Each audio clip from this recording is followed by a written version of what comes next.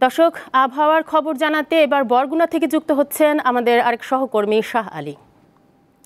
শাহ আলী, বঙ্গোপসাগরে সৃষ্ট নিম্নচাপের কি প্রভাব পড়েছে বরগুনায়? বৃষ্টিপাত কেমন হচ্ছে সেখানে?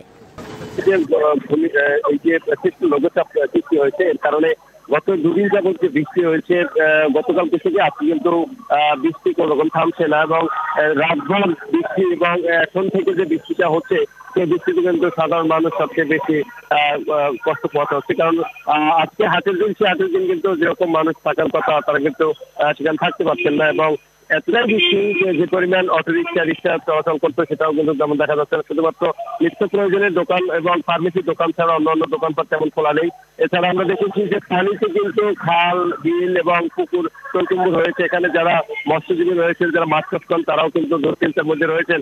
যে কোনো সময় তাও কিন্তু প্লাবিত হয়ে ছুটে যেতে পারে এবং বেড়িবাঁধের বাইরে যে সকল আশ্রয়ন কেন্দ্রগুলো রয়েছে সেগুলো কিন্তু একদম সুইচুই পানি হয়েছেন। এবং এছাড়া যে যারা আসলে ধান কাটার সময় এবং ধান রোপণ করার সময় তারাও কিন্তু ধান রোপণ এবং কাটতে পারছেন না। এই জলগুলোর যে এখন তো পরিস্থিতি, বজ্রপাত এবং বাতাস এবং বৃষ্টি তিনটেই সঙ্গী হয়েছে নিত্যদিনে আমরা দেখেছি। তো এই মুহূর্তে যেটা এখানকার মানুষ উপলব্ধি করছে, যারা জেলে রয়েছেন তারা কিন্তু নদীর কিনারায় তারা চলে আসছেন এবং বরগুনা থেকে নিম্নচাপের প্রভাব সম্পর্কে জানাচ্ছিলেন সহকর্মী শাহ আলী।